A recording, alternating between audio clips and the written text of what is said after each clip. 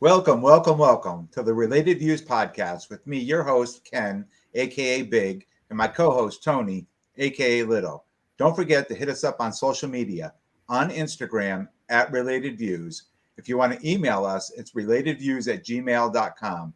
And if you can also find us on YouTube by searching Related Views, whether you're listening on Spotify, Apple Podcasts, or watching us on YouTube. If you like what you hear, please like, subscribe, and most importantly, tell a friend and spread the word.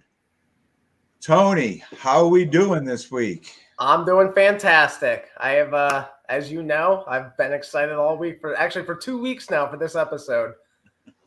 Well, I know you're excited because the first 7 episodes, we would barely talk once a week to try to nail down the episode. Like 10 minutes before. And this week, I heard from you every day. Every single day. I know you're excited about this podcast. Texting you at midnight. I'm so excited. Sometimes I'm like, oh, it's Tony again. I just got to press that one to voicemail. Yeah, so I am so excited because as you see, we have our first guest speaker today. This is Samantha Valle. She's joining us today to share her journey and her discovery of using the power of the mind and body to change her life. Samantha, how are you? I'm doing great. Thank you. I'm so happy to be here with you guys. We're happy to have you. Thank you. Yes, welcome. Welcome in. Our first interview, our first guest on the pod. You're number one. Uh-oh. I feel the pressure coming on. I'm sure it's going to work out great. So tell us a little bit about what you're bringing today, what your story is. Sure. Yeah. So I had actually fractured my spine when I was 16. I was a gymnast ever since I was 3. And I was able to do some physical therapy and, heal that fracture, even though it's still a fracture. The pain wasn't there. And then about the time that I was 25, this pain just came roaring, what I thought at the time, out of nowhere. And really became problematic and really had a huge impact on the quality of my life.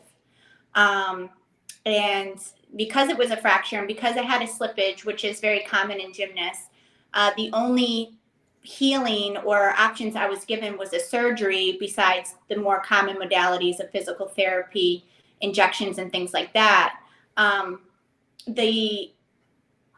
I ended up going to one of the best surgeons in Connecticut, and he told me that he would not do the surgery on me at all because of my age, because I'm so young, and that the prognosis and the results for the surgery is not 100%. So that to me meant that I was going to have to live with this pain until I absolutely couldn't take it anymore. All the other modalities I had tried weren't working. But I see now, hindsight's 2020, that it was I wasn't the one working because I had bought into the belief that I was going to be in pain for the rest of my life. Mm-hmm. So I would say COVID changed a lot for a lot of people, me included. Everything slowed down and kind of came to a stop. And it was the first time in my life that I started to branch out and see what other options there were for me. I heard that there were stories of people who have healed chronic illnesses, that have been diagnosed with cancer, and through mindfulness and meditation and really taking a look inward, they were able to heal themselves. And so if they could heal themselves from a chronic illness, a terminal illness, it kind of gave me the mindset that I should be able to do this too. Mm-hmm. And so that kind of started the journey. Wow. So your journey from being in pain to where you are now, I'm going to ask the first question. Are you in any pain now? And if not, what have you done to get to that point where you're pain-free? Right. Yeah. So up until 2 years ago, I was in a back brace and I was on very heavy medications for the pain. It was chronic. It was first thing when I woke up in the morning, last thing when I went to bed at night. Now I'm at a place where it's not 100% gone. And that's part of the patience that I have to wait for. Yep. But I don't feel it, or I'm not really affected by it until about 3:00 in the afternoon. It tends to be around that time. Yeah.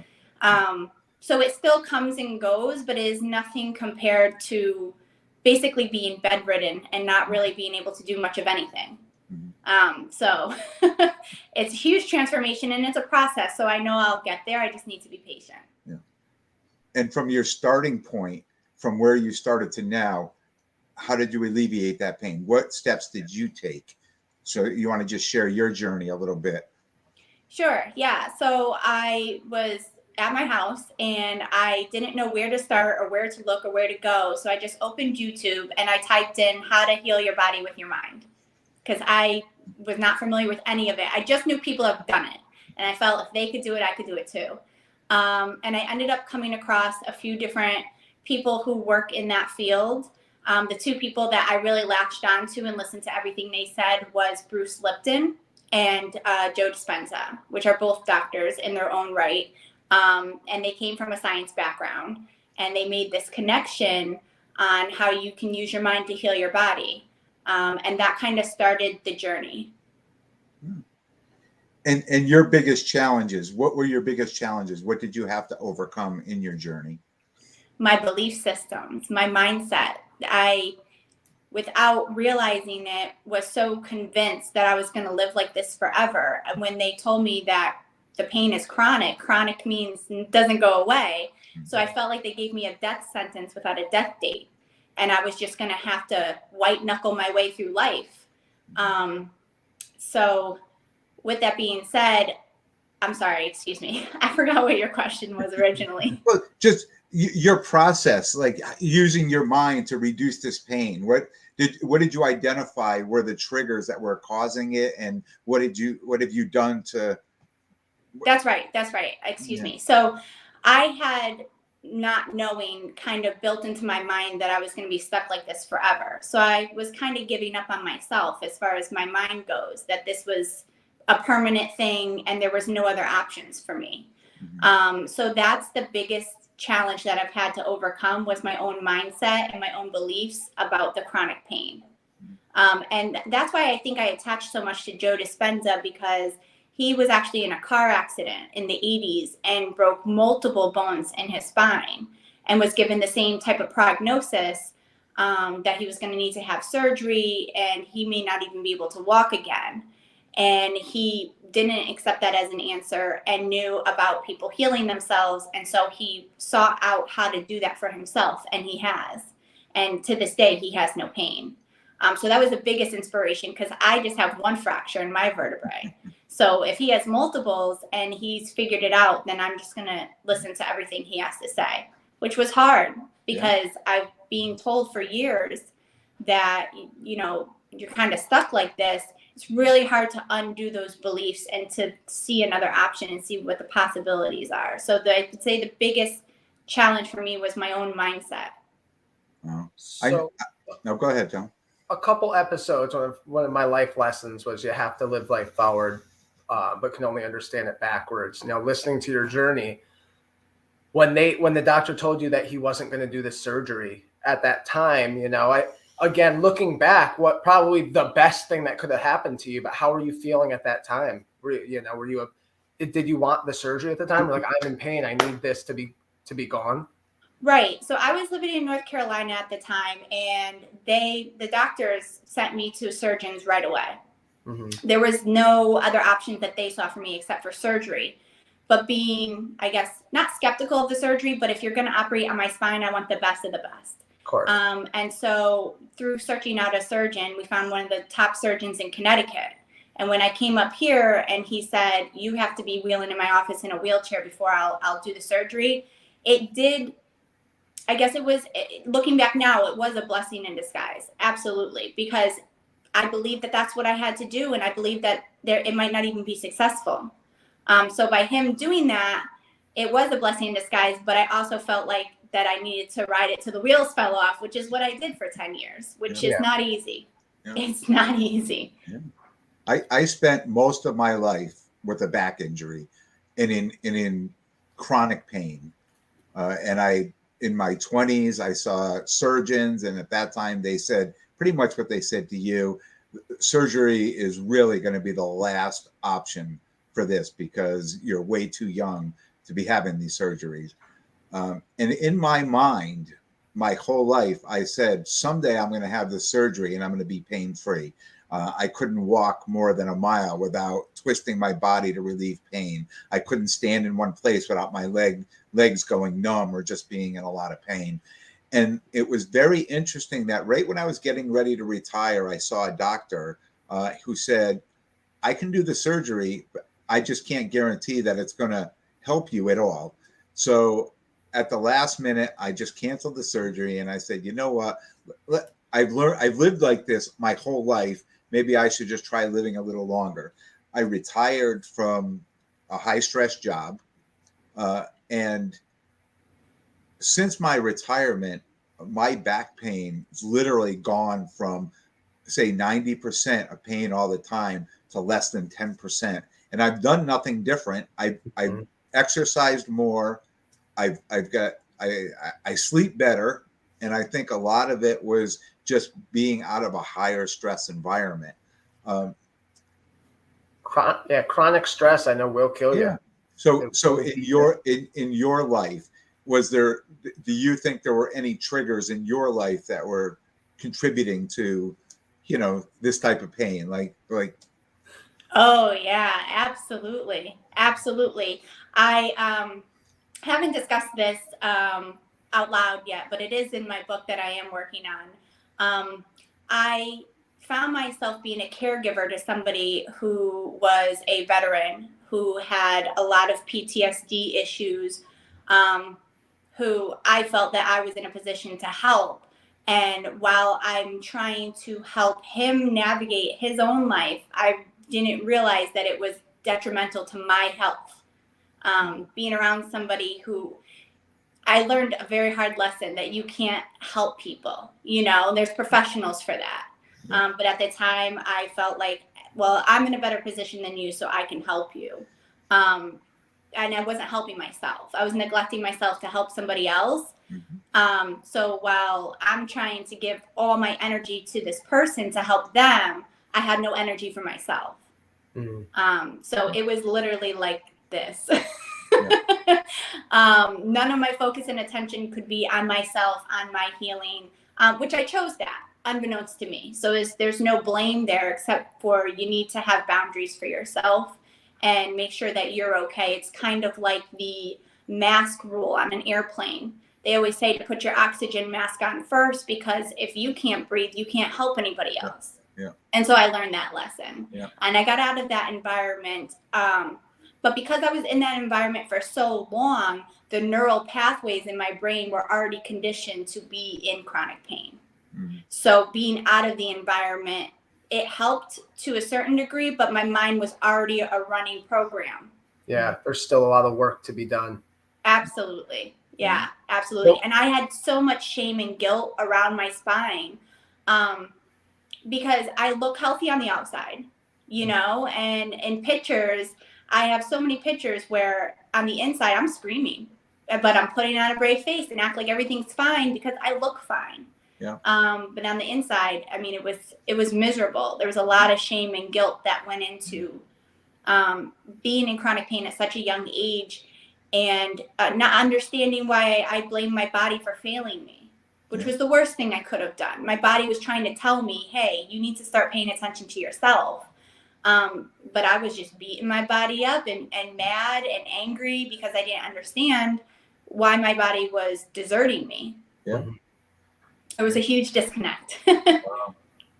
I know I went through a very stressful time about 4 years ago in my life. And at the end of that, I became sick. Long story short, I was diagnosed with rheumatoid arthritis, even though the blood test never showed the rheumatoid antibodies. So that was the first thing they thought. And then they sent me to every test you can think of, x-rays and blood work, and they tested everything. They sent me to a heart doctor.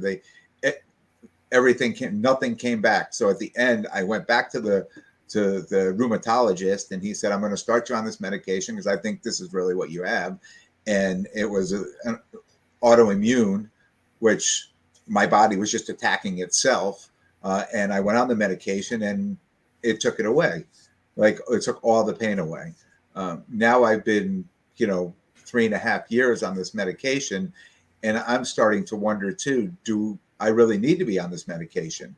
Like, is it possible that I went through this high stress for so long that I was working in a stressful environment, and then all of a sudden out of my environment, I went through this high stress situation. Was my body just, collapsing on the inside, just failing me on the inside? So these are a lot of thoughts. That's why I'm so excited to have you on today, just to talk, because these are the thoughts that I had, that maybe I don't need this medication. Maybe I should just try, now that I'm out of all those high stress environment, right? I'm more relaxed in my life. I'm doing podcasts and other things that are just stuff that I really enjoy doing. Maybe my body is healing itself, just from me, ridding it of all the stressful, toxic things in my life.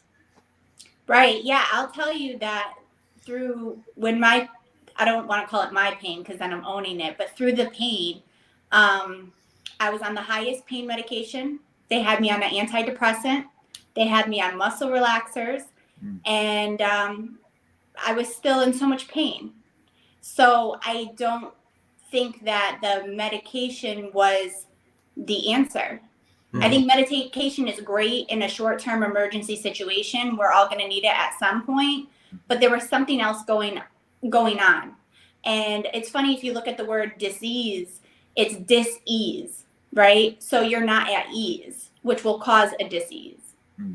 So when your body is out of alignment with your mind, then now everything's affected, because everything works together as one cohesive unit. So when you're not able to do that, your body's going to let you know. We just tend to ignore it. And when we're giving it, and my research that I've been doing, it really talks about the doctors treating the pain and not the disease. In other words, we're going to give you this medication and it's going to take what's ailing you away, but it's really not fixing what's wrong. Really, it's really not getting to the heart of why. It's the quick fix we're looking for. Why this stuff is happening. And you're good. Yeah. Right. Absolutely. And to the benefit of the doctors, that's how they were trained. That's Western medicine. So if you come in with an ailment and they send you on your way, well, now you feel dissatisfied because you didn't get the diagnosis or you didn't get the medication. You feel like you haven't been treated properly.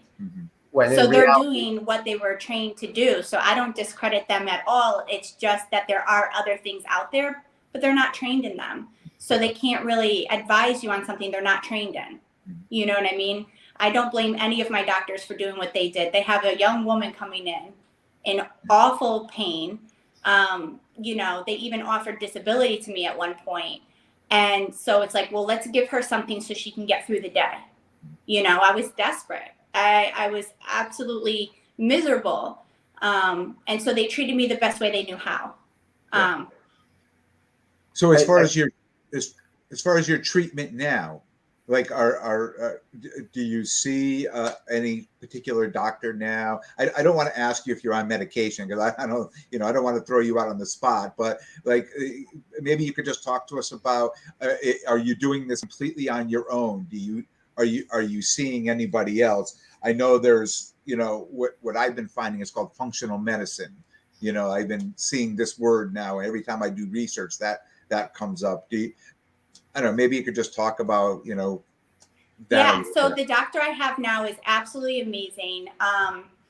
The doctors prior were specialized in pain management. The doctor I have now is a physician. Yeah, excuse me. And so he deals with the whole modality of the body. He understands the mind and body process. So he has holistic healings within his doctor's office that don't include medication treatment. He has that, and that's obviously an option, but he really likes to give you all your options, because what may work for one person may not work for the other. As far as my mindset and unlearning and relearning a lot of things, that was all me. He can't do that for me. I had to be willing and able to do that, and to really decide what beliefs do I want to hold on to and which ones do I want to get rid of. Yeah, and that's the hardest part. I was just gonna say that's the hardest, but the most fundamental of this whole thing, it sounds like. And even what I've been learning in this past month of all my self-care and this and that, I think that your mindset starts everything. It could be your way down or your way up. 100%, 100%. And it's like the way that you look at things. I know I have a couple of tools in my kit that I use to get me there, because a lot of people heal about a healing journey, but they don't really know where to get started. So the first couple things that I really had to accept the belief of that will work for me is to not take things personal. That was a huge breakthrough that I had, was to understand that 95% of the time we're running on our subconscious. So when people are saying things and behaving certain ways, they're running on a program just like we are. So when you don't take things personal, you tend to not take things into the heart as much, which is huge, because when you do take things personal into the heart, now you're releasing all those stress chemicals, which are becoming toxic to your body. And we want to release the happy chemicals and the good tonic chemicals that allow you to heal your body and allow you to stay in alignment. So holding on to, shame and guilt and jealousy and envy and pity and self-doubt, all those things are going to release those stress hormones into your body, which is not going to allow you to heal. And it's very hard. Another trick that I have that is super important in this process is to say thank you. Just saying the word thank you, our mind associates thank you with the event being over. So if someone just flipped you off or cut you off in traffic, it sounds silly. It's going to sound silly in the beginning. But when you get to a point where you're just so open-minded, it doesn't matter if it works. Yeah. It's just to say thank you, because your mind knows that when you say thank you, the event is over. And it stops that fight or flight response going on in your body by saying that. Specifically with chronic pain, this could probably be associated with anxiety and depression as well, is when you understand that it's temporary. So when a negative emotion or feeling is coming up, if you repeat to yourself, literally, this is temporary, this is temporary, this is temporary, it's going to seem redundant, it's going to seem silly, but you learned all these things that you didn't know that you were learning, and now you need to unlearn them. There's a better way. So those are some key things that I still do every day. If I feel that pain trying to creep in around 3:00, I remind myself this is temporary. Sometimes when we have negative things going on, we forget that. We feel like we're doomed. This is it. It's never going to get better. Is this feeling ever going to leave? So when we say thank you, I appreciate my body trying to tell me something. And then I repeat to myself that this is temporary. And it stops those stress hormones from releasing into my body. Interesting. Do you find like your brain tries to relapse? Like, do you see those old thoughts coming back in, and what do you do to maintain, stay focused, refocus? Like when those, and we all have that. I mean, no matter what we do in our life, when we make a change and we're excited about the change and we get a few months down the road, sometimes those old thoughts or those old feelings, come rolling back in. What do you do to, to maintain, just to be focused or refocused? How do you deal with that? Absolutely. Yeah. So that happens every day. The general person or human, I should say, has 70,000 negative thoughts a day, and 91 of them repeat themselves on a daily basis. So every day I need to refocus. I've been on this journey for over a year now, so it's gotten easier with time, but I had to build that muscle in my mind, right? So one thing that I did, besides saying thank you for the event and understanding that it's temporary, was I would shift my focus to something that brought me lightness and happiness. So I would turn on YouTube of Les Brown. I would turn on some Joe Dispenza, Bruce Lipton, and just hearing it brings me back to, this is why I'm doing this. This is why I'm on this journey. Because it's very hard, especially when you attach a meaning to things. If someone cuts you off in traffic, you feel like it was done to you. You put yourself in this victim mindset. It's really hard to break those habits and see that maybe they didn't see you. Maybe they're in a hurry. Maybe there's a medical condition. We attach stories to events that have no story. Yeah. And then we run that story over and over again, and we keep ourselves in this stress state. So if we stop attaching meaning and stories to benign events, then we can kind of stay on the journey. Interesting. The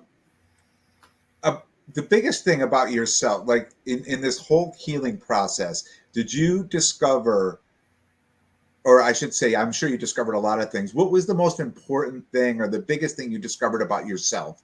Like that sometimes we just have that aha moment, and sometimes it's at the very beginning when we make the change, or sometimes the changing brings that aha moment. And I don't know if I'm asking that correctly, but maybe you could just tell us about your aha moments, maybe from what got you to start this journey, and when you were in this journey, you had this, like, something you really learned about yourself that you didn't know.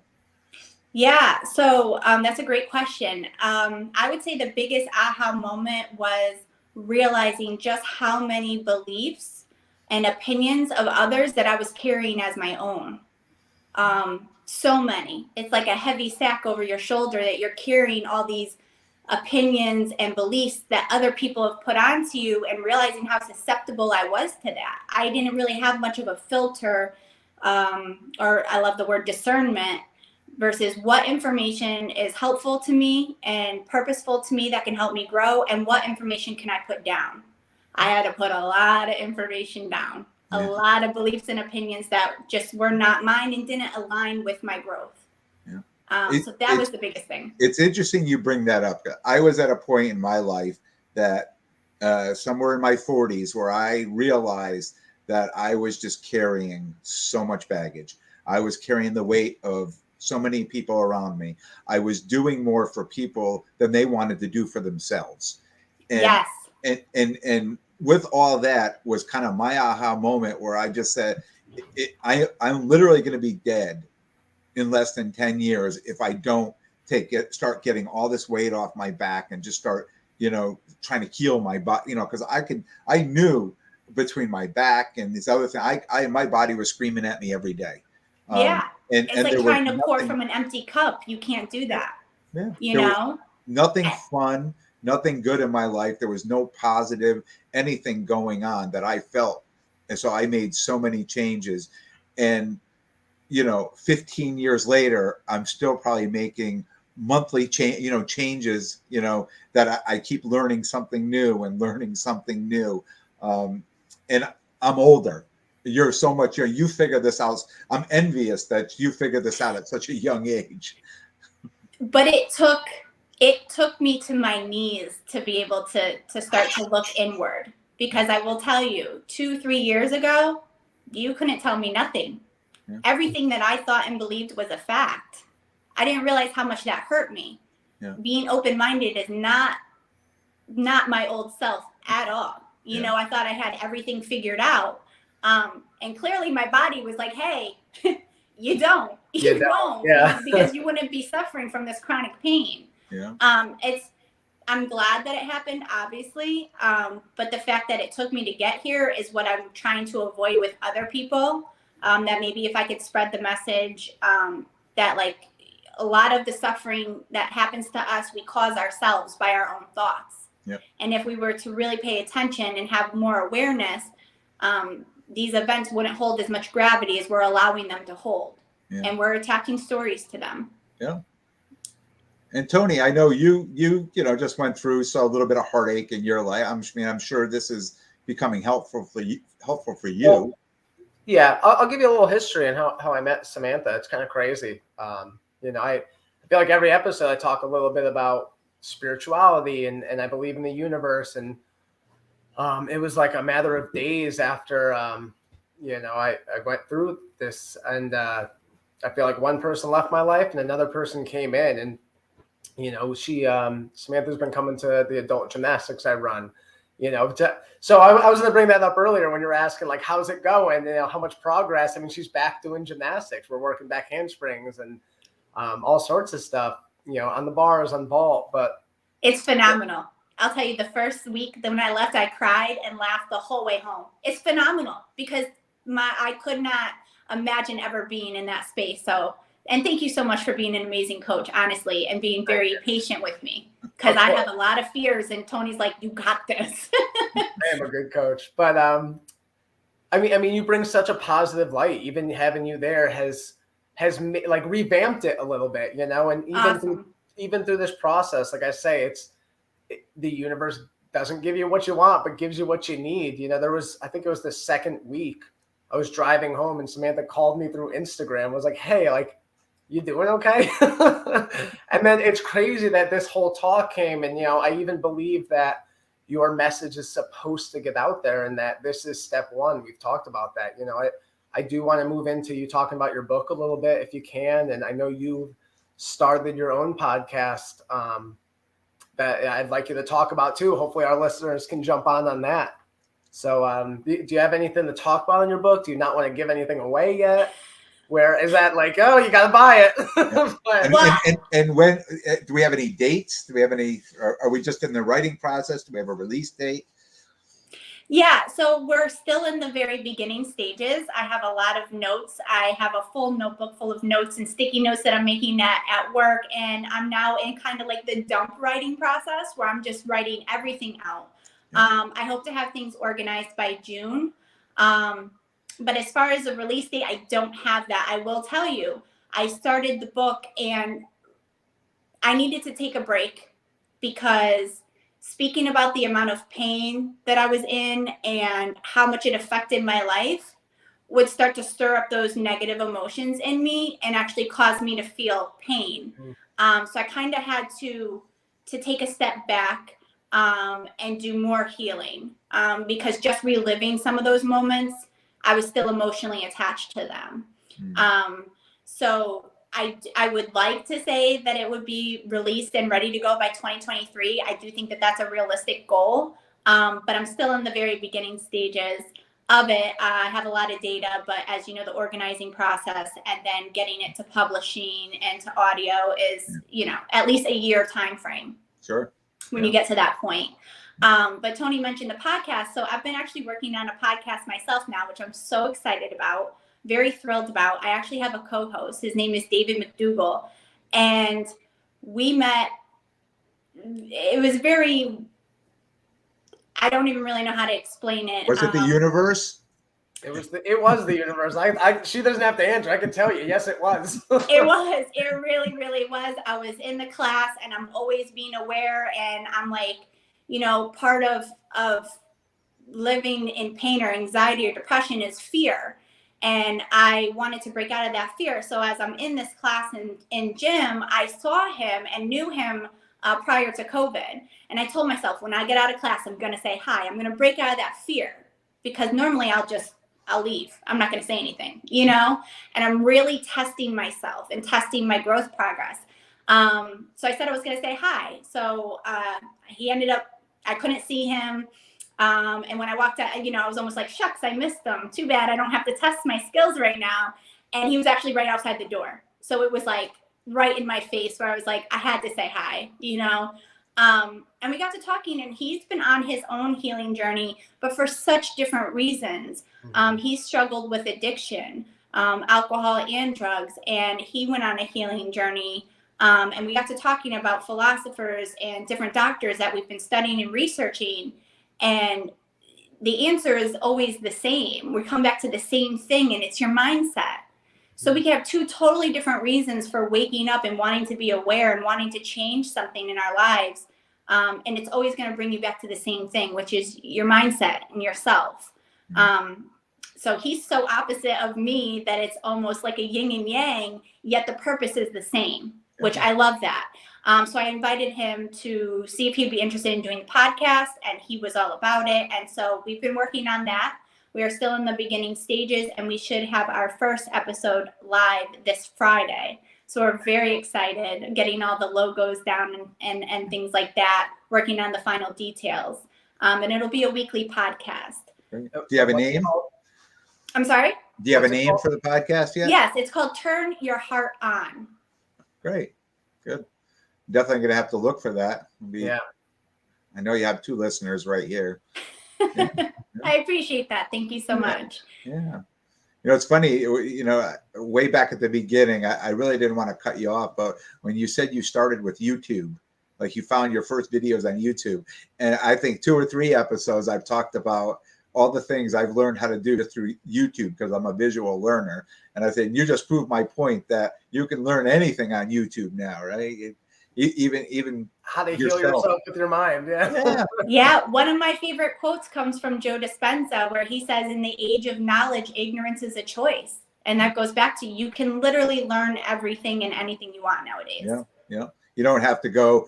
I mean, it used to be if you wanted to learn any of that stuff, you needed to go somewhere. You needed to go to college. You need to sign up for workshops and go somewhere. Now you can literally just sit in the comfort of your own home. And I mean, there's many colleges out there that you can take these courses for free. I mean, you're not going to get rated on it, but you can take the whole course for free online and just, learn what you want to learn. Absolutely. It's amazing. So one thing we did, Tony and I talked about this, we did on our second episode, which I thought was really cool, was we posed a question to both of us. What advice right now would you give your younger self?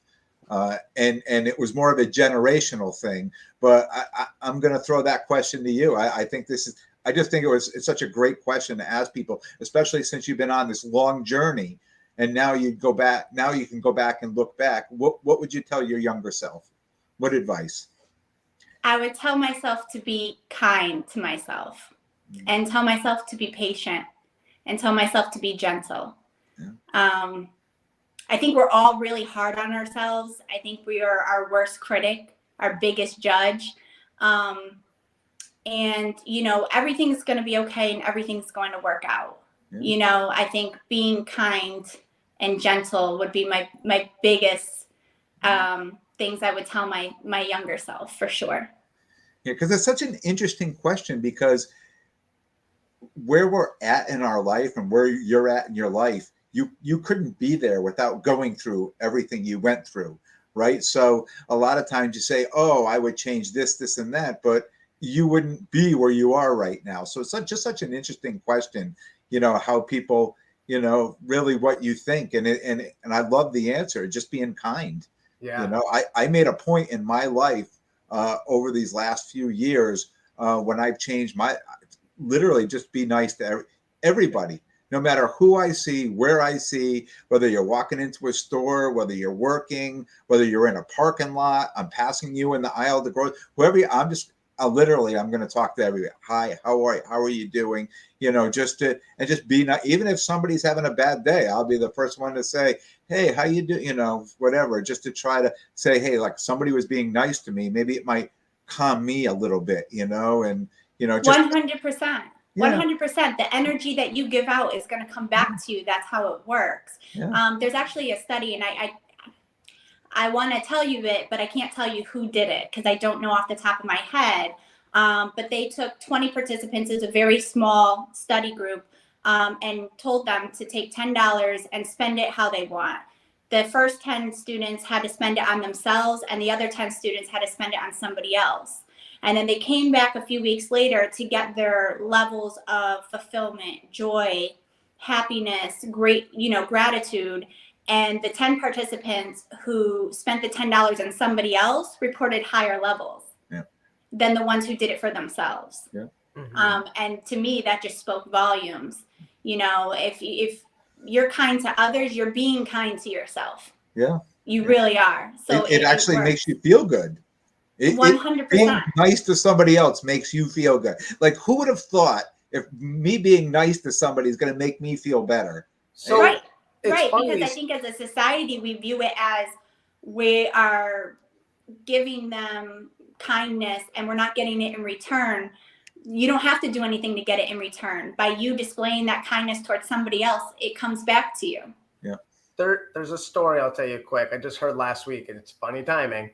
A teacher took a bunch of balloons. You ever hear this? He had them blow them all up and put their name on it, hundreds of them, threw them in the hallway. Said, okay, everyone find your balloon. After 5 minutes, not a single student found their balloon. He said, okay, now I want everyone to go pick up one balloon and return it to whose name is on. Within 2 minutes, every person had their balloon. And he said to the students, this is happiness. He said, if you're always looking for yours, you'll never find it. He said, but when you help someone find theirs, that will ultimately help you achieve your happiness. Oh. 100%. I love that. I haven't heard that. That's great. Yeah, I love that. I haven't either. It's a great story. Yeah. Good.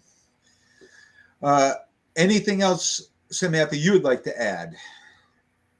I don't know. I feel like we covered a lot. I feel like if somebody is in a situation where they know that there's more, or they expect more out of their lives, I just want them to know that they can absolutely have that.